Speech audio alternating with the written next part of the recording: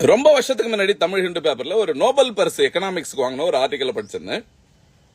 வெயிட்டா இருக்கிறவங்க கூட ஒல்லியா இருக்கிறவங்க சேர்ந்தா வெயிட் ஆயிடுவாங்கன்னு, ஒல்லியா இருக்கிறவங்க கூட வெயிட்டா இருக்கிறவங்க சேர்ந்தா ஒல்லியா ஆயிடுவாங்கன்னு ஒரு ஆர்டிக்கல் படிச்சு அது எவிடன்ஸ் கொடுத்து நோபல் பரிசே கொடுத்துருக்காங்க. அது உண்மைதான், அதுல மாற்றம். நான் ஒரு வீட்டுல ஹோம் டியூஷன் எடுத்து வந்தேன் நந்தனத்துல. அப்போ நான் கிட்டத்தட்ட ஒரு 48 கிலோ, சென்னையில பேச்சுலரா இருக்கிறப்ப ஒரு 48 49 கிலோல போனோம். வெளியில வரும்போது 65 கிலோ. இதெல்லாம் ஒரு 6 மாசத்துலேயே பயங்கரமா சாப்பிடுவாங்க. அவங்க சாப்பாடுலாம் அமேசிங்கா இருக்கும். அப்ப அதை நான் அப்ளை பண்ணி பாத்துறேன். கரெக்ட் தான், நோபல் பரிசே கொடுத்துருக்காங்க, கரெக்டா தான் இருக்கும். அது எப்படி தப்பா இருக்கும்? இருக்காது. அப்ப என்னுடைய லைஃப்லயும் பாத்துறேன். இப்ப எங்க அப்பா நாங்க கஷ்டப்பட்டு இருக்கிறப்ப கடன் வாங்கலாம் ட்ரை பண்றப்ப ஏகப்பட்ட ரெஃபரன்ஸ். அவங்க எல்லாம் கடன் வாங்கினவங்க சுத்தி கடன்காரனாவே மாறிட்டாங்க. அங்க போனா கம்மி வட்டி, இங்க போனா கம்மி வட்டி. அப்புறம் ஒருத்தர் கடன்லாம் திருப்பி கொடுக்க முடியாத சாதம் தான், நிலத்தை வித்துற வேண்டியதான் அப்படிதான் வித்து கொடுத்தோம்.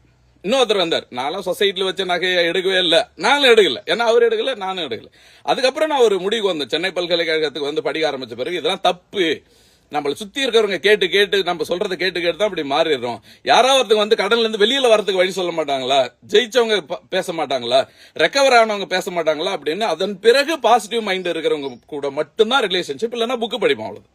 நெகட்டிவிட்டி இருக்கிறவங்க கூட பேசுறதும் கிடையாது, ரிலேஷன்ஷிப்பே வச்சு கிடையாது. நான் சொல்றேன், நாங்க அடிக்கடி ஃபர்ஸ்ட் அட்டம்ப்ட்லயே பாஸ் பண்ணலாம். காம்படிட்டிவ் எக்ஸாம் ஒண்ணு லைஃப்ல தோல்விக்கான வாய்ப்பே கிடையாது. மகிழ்ச்சியா இருக்கதான் வந்துடும், துக்கத்துக்கான இடமே கிடையாது.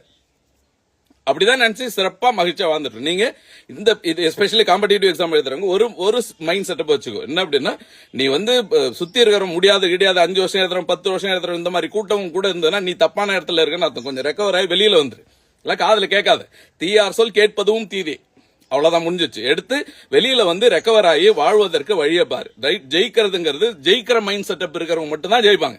நீ நெகட்டிவ் மைண்ட் வச்சுட்டுனா ஜெயிக்கவே முடியாது. நெகட்டிவ் மைண்ட் இருக்கிறவங்க கூட இருந்தாலும் ஜெயிக்க முடியாது. கூட சொல்லிட்டு இருப்பேன், நான் அப்பயே சொன்னேன் இப்பயே சொன்னேன் அப்படி இப்படின்னு சொல்லிட்டு இருப்பேன்.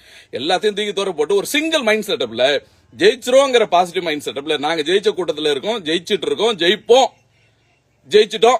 அப்படி எல்லாருக்கும் எனக்கு பிரசன்ட் பாஸ்ட் ஃபியூச்சர் எல்லாமே வச்சிருக்கோம். ரைட்?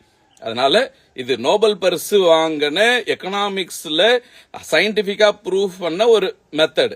நீ அப்ளை பண்ணி பாருங்க. நல்ல மனிதர்களுடன், நல்ல சிந்தனை உள்ளவர்களுடன் மட்டுமே பழகுங்கள். அதுதான் உங்களை என்ன பண்ணும் அப்படின்னா பாசிட்டிவிட்டிக்கு எடுத்துட்டு போகும். நெகட்டிவ் சொல்றதை கேட்காதீங்க. இது ஜெயிக்கிற வரைக்கும். அப்புறம் எப்படி வேணாலும் போய்க்கும். தேங்க்யூ.